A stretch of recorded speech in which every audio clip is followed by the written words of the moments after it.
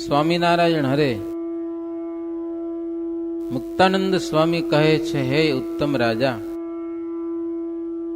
હવે શ્રીજી મહારાજ સુરત શહેરમાંથી વિદાય લે છે. છેલ્લી સભા ભરી પછી એ બધા માણસો વડાવવા માટે નીકળ્યા છે. બહાર આવ્યા, એમાં 7-8 આંબલીઓની આમ લાઈન, એની છાયામાં શ્રીજી મહારાજ બેઠા ને એ બધા માણસો મહારાજ ઉત્તરમુખે બેઠા છે. બધા સંતો ભક્તજનો બધા બેસી ગયા. કેટલા ભક્તજનો સરસ મજાના ગુલાબના હાર, તોરા, ગજરા લઈ આવ્યા તો મહારાજને અર્પણ કર્યા. શ્રીજી મહારાજના હાથમાં સોનાની છડી હતી. સભામાં ગાદી તકીએ શ્રીહરિ બિરાજમાન થયા. અર્ધેસર શેઠ સન્મુખ આવીને બેઠા. મહારાજ થી માંડી કરીને સુરત શહેર સુધી આમ માણસોની ભીડ જામી હતી. જગ્યા નથી ક્યાંય, એક તલભર જગ્યા નથી. 4 ઘડી દિવસ બાકી રહ્યો હતો. કોસાડ ગામે જઈને રાત રહેવાનું નક્કી કર્યું કે આજે સુરત થી નીકળી જાઉં, અને કોસાડ ગામ આવે છે ત્યાં જઈને રાત રોકાવે છે. અર્ધેસર શેઠ હાથ જોડીને કહે છે, પ્રભુ તમે તો પ્રીત તોડી અને ચાલ્યા. હે, જેને ઘેર તમે રહો છો એવા દાદા ખાચરના કેવા ભાગ્ય કે લ્યો 8-9 દિવસમાં અમને આટલો આનંદ થયો. સતત જેના ઘરે તમે બેઠા છો એના ભાગ્યનું શું વર્ણન કરું. અર્ધેસર શેઠ કે મહારાજ એવા સુખ તો તમારા મા બાપને નહીં મળ્યા હોય. એટલે વાત સાચી, સમજ્યા? દાદા ખાચરને જે તમે આપો છો તે. પ્રહલાદ, પ્રિયવ્રત, ઉદ્ધવ, અર્જુન થી પણ અમે દાદા ખાચર અધિક માનીએ ગયો. એટલો ભાગ્યશાળી પ્રિયવ્રતે નહીં ને પ્રહલાદે નહીં કે જેટલો દાદો ખાચર ભાગ્યશાળી છે ને કોઈ નહીં એવા.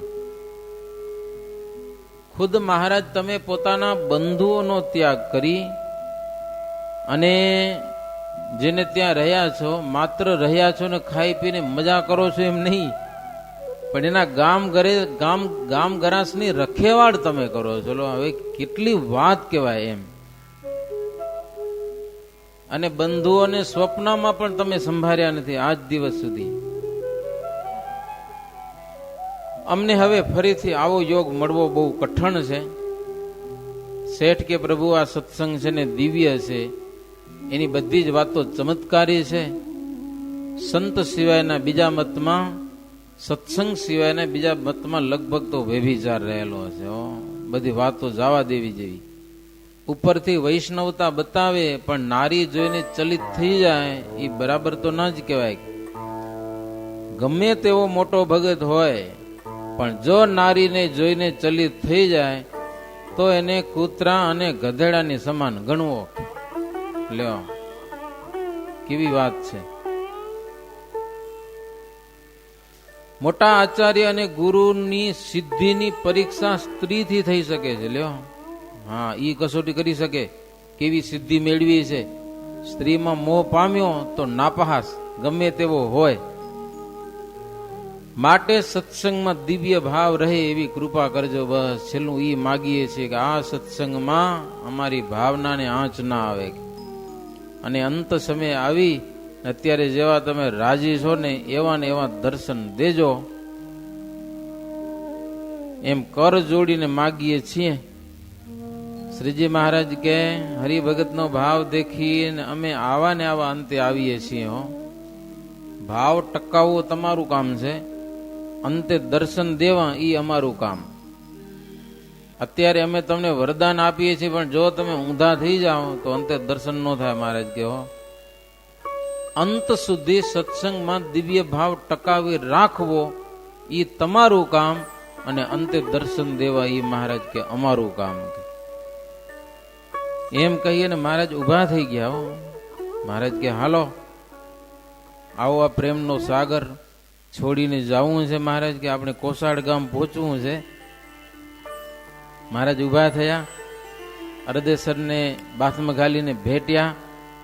મહારાજ સરસ મજાની પાંખ પહેરી હતી, ગુલાબ અને તોરા યુક્ત પાંખ પોતાના મસ્તક ઉપરથી લઈ અને શેઠના માથા ઉપર મૂકી દીધી. મહારાજ અર્ધેસર શેઠના માથા ઉપર મૂકી દીધી.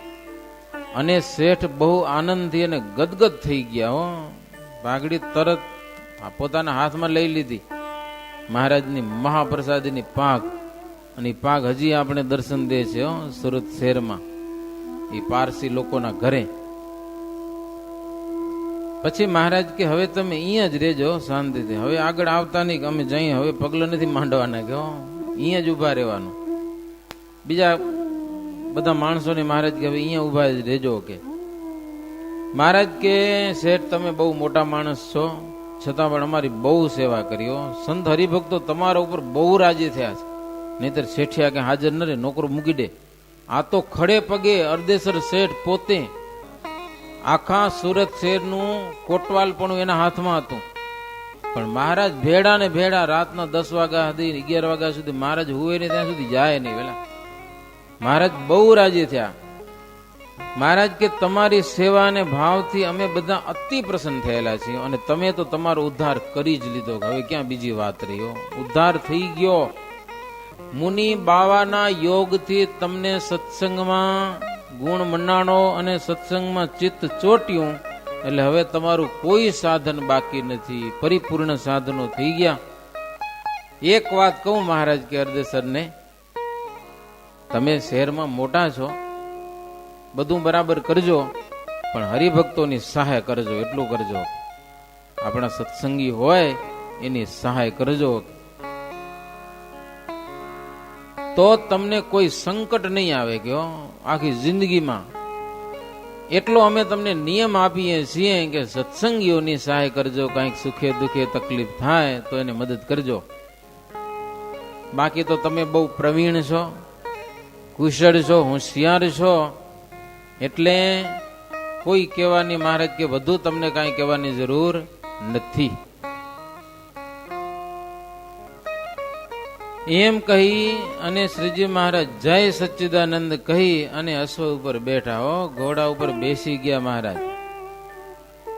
સૌ પુરજનો હરિભક્તોને ત્યાં જ ઉભા રાખ્યા કે બધા અહીંયા જ ઉભા રહેજો, કોઈ હાલતા નહીં અહીંયાથી. અને ચઢી સવારીએ શ્રીહરિ તાપી નદી ઉતર્યા છે.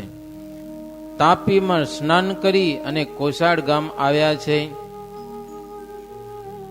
ઘોડા બધાના બાંધ્યા અને શ્રીહરિ પલંગ ઉપર બિરાજમાન થયા. કોસાડ ગામના હરિભક્તો પણ બધી તૈયારી રાખીને બેઠા હતા. છો લઘુ બાપા કથા સાંભળો. કયા ગામ પહોંચ્યા મહારાજ? કયો તા સભા થઈ કોસાડ ગામે. ત્યાં કેટલાક સુરતના નાઈ હરિભક્તો, નાઈ એટલે કોણ ખબર હે? વાડન મસાલ વાળા. અહીંયા મસાલો લઈને છે અહીંયા સુધી આવે તો મહારાજને રાત્રે અંધારું થઈ અંજોળ કરવા માટે. એ ગોવિંદભાઈ, પિતાંબરભાઈ વગેરે મસાલો પ્રગટાવે છે સાંજે. અને સંતો આરતી ધૂન કરી પુરુષોત્તમ નામે કરીને કડિયા હરિભગત હતા. એ એક નાની ગાડી જેવી સિગ્રામ 2 બળદ સહિત શ્રીજી મહારાજને અર્પણ કરી લ્યો. ભેટ કર્યો તો શું કરે? આજે કદાચ તમે ગાડી અર્પણ કરો, તેથી તો બળદ ગાડું સારામાં સારું હોય ને, એ હરિભક્તો મહારાજને ભેટ કરતા. લ્યો ગાડાની ભેટ કરી 2 બળદ સહિત. અને બેડી કંસારની રસોઈ પણ દીધી કડિયાએ. નંદના મને ગોપાળજી રસોઈ બનાવી, શ્રીહરિ જમ્યા અને સંતોને બધાને જમાડ્યા છે. સુરતના કેટલાક મોટા મોટા હરિભક્તો પણ ત્યાં સુધી આવ્યા હતા. મોટા મોટા હતા ને, જનરલ તો મહારાજ ના પાડી હતી, પણ અમુક મોટા મોટા આવ્યા. મહારાજ એને પણ જમાડ્યા. આવ્યા છો તો જમી લ્યો. પછી જમીને સભામાં મહારાજ બેઠા. સભા તો પેલી જ, ગામમાં જાય એટલે પેલી સભા, પછી જમવાનું. સદગુરુ સંતો હતા ને, એને મહારાજ વાત કરી કે સુરતના ભક્તો 66ના વર્ષથી દર સમયે નવો શણગાર અમારે માટે લઈ આવ્યો. ભેગા થઈને એવો સારામાં સારો શણગાર બનાવી આવે, કાંકનું કાંક તો લઈ જ આવે. છેલ્લી બાકી ક્યારેક તો છપ્પર પલંગ લઈ આવે મહારાજને બેસવા માટે, સારામાં સારો બનાવીને. કાં તો ખુરશી લઈ આવે. શણગાર તો હોય ને હોય દર વર્ષે. મહારાજ કે અમને શણગાર અર્પણ કરીને અપાર લાભ લે છે, અને થાળ પણ અમારે માટે બહુ કર્યા. સંતોની રસોઈ પણ જ્યારે આવે ત્યારે હોય ને હોય. અને જ્યારે આવે ત્યારે વિનંતી કરે, પ્રભુ સુરત પધારો, સુરત પધારો, સુરત પધારો. વારે વારે પત્ર પણ લખતા.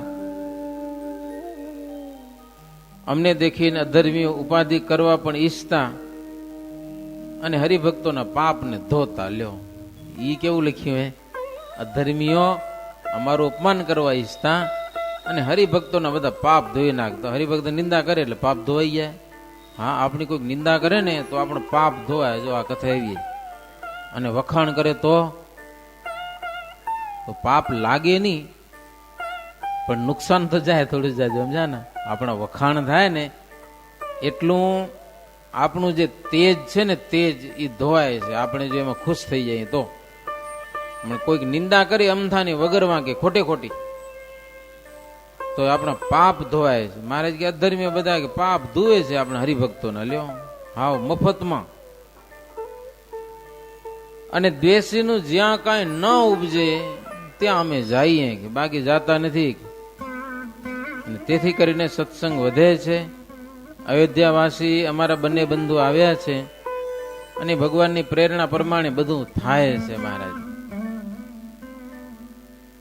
અમારા ભાઈ સિવાય કોઈ જાણતું નતું. મહારાજ કે અમારા બંધુ આવ્યા, તેથી સમુદ્ર પર્યંત વાત ઉઘાડી થઈ ગઈ કે સ્વામિનારાયણ છે બ્રાહ્મણ. કયો હવે કઈ બોલાય એમ નથી. આટલી વાર તો મહારાજ કે કેવું ને કેવું બોલતા. લ્યો, કોક કે મોચી છે ને આમ છે ને તેમ છે, બહુ બોલતા સત્સંગ મટાડવા માટે, કંઠી તોડાવી નાખવા માટે. પણ મહારાજ કે હવે ભગવાનને જે ગમ્યું તે, આપણે ક્યાં ઉપાધિમાં પડવું. પણ મહારાજ કે સત્સંગની પ્રથાનું મૂળ જમાવે છે. હવે બધા ભગવાન કરે છે, તેમની ઈચ્છા વિના કશું બને નહીં. સત્સંગની પ્રથા, આપણા સત્સંગની જેવી પ્રથા છે મહારાજ કે એવી દુનિયામાં બીજે ક્યાંય પ્રથા છે જ નહીં.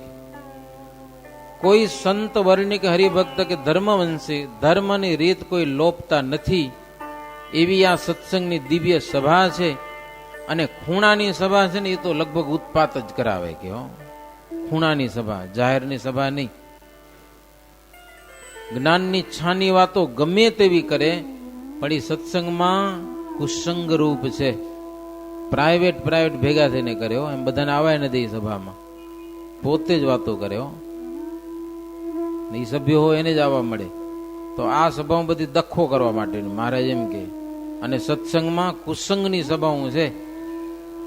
જેટલી જાહેરમાં નથી થતું અને જેટલું છાનું થાય છે એ સત્સંગમાં મોટો મોટો કુસંગ.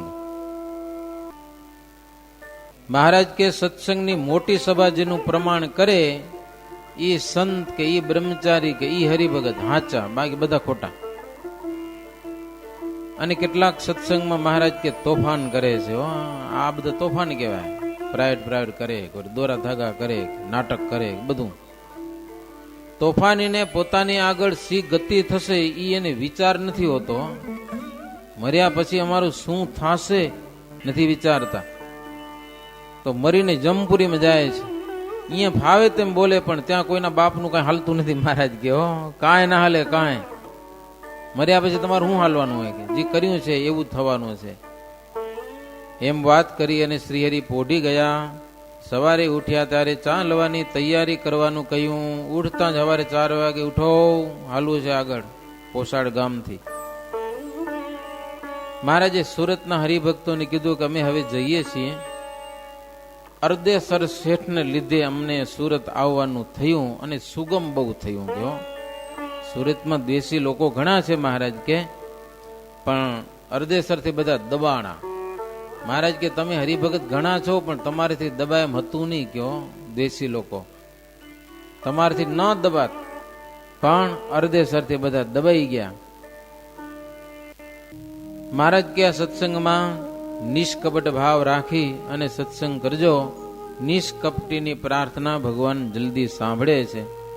માટે કપટનો ત્યાગ કરી અને સત્સંગ કરવો, એમ છેલ્લી ભલામણ કરી હરિભક્તોને.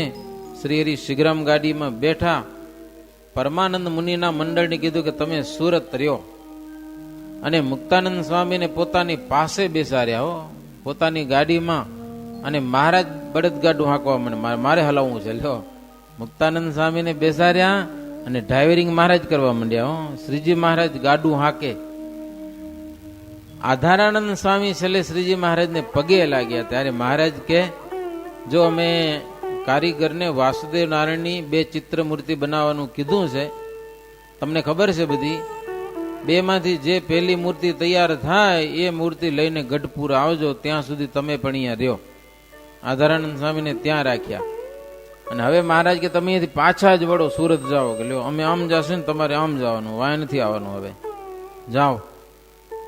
એટલે સંત હરિભક્તોજી સુરત રહેવાવાળા હતા, મહારાજને પગે લાગી અને ત્યાં ઊભા જ થઈ રહ્યા. હો અને મહારાજ ગાડીને દોડાવી. પછી તો ધીરે ધીરે નહીં, હવે જલ્દી ભાગી. એમ બળદ ખૂબ દોડાવે. થોડીક વાર તો 1.5 પહોર ચડતા સુધી ચોકીની નદીમાં નાઈ ધોઈ પૂજા પાઠ કરીને ટીમણ કર્યા. હો પેલા હતું એવું, હવે વેલા નીકળી જાય, એ અંજવાળું થઈ જાય, પછી નાઈ ધોઈ પૂજા પાઠ થાય. ત્યાંથી પ્રભુ ચાલ્યા. 2 ઘડી દિવસ રહેતા અંકલેશ્વર મહારાજ આવ્યા છે સાંજ પહેલા. ત્યાં શ્રીજી મહારાજ એક સારી જગ્યાએ ઉતારો રાખ્યો અને સાંજે ખીચડી બનાવી. બ્રહ્માનંદ સ્વામી વડતાલથી મોટા મોટા વાસણ લઈ આવ્યા હતા, એ ગાડીમાં ભર્યા હતા. એમાંથી જોઈએ એટલા કાઢ્યા અને ખીચડી વગેરે બનાવી. અમુક સંતો રસોઈ કરતા હતા, બાકી સંધ્યા આરતી ધૂન કીર્તન બધું કર્યું. રસોઈ થઈ.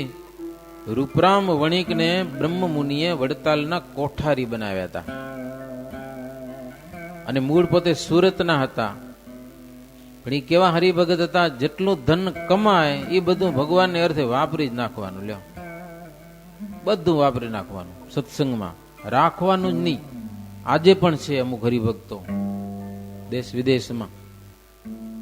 એ કે સ્વામી બેલેન્સ ઘણી બધી પડી છે, પૈસાની હવે જરૂર નથી, પણ ધંધા એવા પડ્યા કે હાવ બેઠે બેઠે થાય. લ્યો પૈસાની આવક, એ મોટા મોટા ગોદમ બનાવી નાખ્યા હોય, કેટલી દુકાનો હોય, કેટલા મકાન હોય, બનાવી નાખ્યા, ભાડે દઈ દીધા. હવે રૂપિયા આવ્યા કરે, લાખો રૂપિયા આવે. કે શું કરવું, ભેગા કરીને કરવું શું? વર્ષમાં જેટલી ઇન્કમ થાય મૂળ બેલેન્સ એની પડી હોય, બાકી આખા વર્ષમાં વ્યાજનું કે બધા ભાડાનું કે જેટલા પૈસા આવે ને બધા સત્સંગમાં. કોઈક સંતો કે મંદિર બનાવી રહ્યા, 5 લાખ રૂપિયા દો, ભલે સ્વામી લખી નાખો, દઈ જ દેવાના. લ્યો અને અમુક હરિભગત તો એવા હોય, અમુક સંતોની સાથે એને એવું મન બાંધ્યું હોય, એ કે સ્વામી કે આટલા રૂપિયા ભલે સ્વામી લખો. આપણે જગન કર્યો અર્ધ શતાબ્દી. એક હરિભગત આવ્યા હતા, હરિજન સ્વામી પાસે બેઠા. સ્વામી કે સેવા કરો કાંઈક, કેટલી કરશો? સ્વામી તમે કયો. ઈ કે મેં કીધું તમે તો કઈ કયો? તો કે ના અમે નક્કી કર્યું કે 2-3 સંતો એવા છે અમારા મનગમતા, ઈ કે એટલે અમે વિચારવાનું જ નહીં. ઈ કે એટલા રૂપિયા તો ભલે. સ્વામી કે 2.5 લાખ લખો, તો કે ભલે. બસ કાંઈ નહીં, બોલવાનું જ નહીં. સંતો કે એટલે આપી જ દેવાના. તો એવા હરિભગતને બ્રહ્માનંદ સ્વામી વડતાલ મંદિરના કોઠારી બનાવ્યા હતા. જેટલું કમાણા હતા ને બધી કમાઈ મંદિરમાં દાન આપી દીધું. બીજા હતા પ્રભાશંકર, પીપળાવ ગામના હતા. એ પણ એવી નિષ્કપટ સેવા કરતા હતા. તો 3 જણાઓ, એક બ્રહ્માનંદ સ્વામી, રૂપરામ અને પ્રભાશંકર ગામમાં ઘી લેવા ગયા. સમજે? હવે ઘી લેવા માટે ગયા, એમાં ટાઈમ થઈ ગયો ઘણો, આવ્યાની ઘણી વાર થઈ ગઈ. મહારાજ ગાડા ઉપર બેઠા બેઠા રાહ જોતા હતા. ખીચડી ચડવા આવી હતી, ઘી હજી આવ્યું નહીં. પછી મહારાજ કે આટલી બધી વાર થઈ ગઈ, શું થયું? કે એમ કરીને ગાડામાંથી ઉતરી એક મસાલવાળો હતો ને, એને કે હાલ મારી જોડે. મહારાજ તરત ગયા ગામમાં. ત્યાં બ્રહ્માનંદ સ્વામીને કીધું કે શું કરો છો તમે? પણ આટલી બધી વાર લાગે ઘી લેવા માટે? એ વળી રકઝક કરતા હશે ભાવ તાલમાં. સમજા ને? આમ તો વાણિયો વેપારી, એ 2 પૈસા છોડે તો નહીં. પણ મહારાજ કે તમે આટલા બધા હોશિયાર થઈ અને આટલી બધી વાર લગાડી શું કરો છો? મહારાજ વાણિયાને કે એક કુંડલું ઘી જોખી દે કે, અને જી થાય પૈસા દઈ દઈશું, તારે ક્યાં માથાકૂટ છે? લાવ જલ્દી ઘી. કે હો, તરત એક કુંડલું આખું ઘીનું જોખાવી ત્યાંથી મહારાજ પૈસા ચૂકવાવીને રવાના જ થઈ ગયા. ઓલ્યા વાહે રહી ગયા. મહારાજ પેલા ઘી લઈ આવ્યા અને ખીચડીમાં ઘી નાખ્યું. સરસ મજાની ખીચડી થઈ અને મહારાજ જમ્યા અને સંતોને બધાને જમાડ્યા.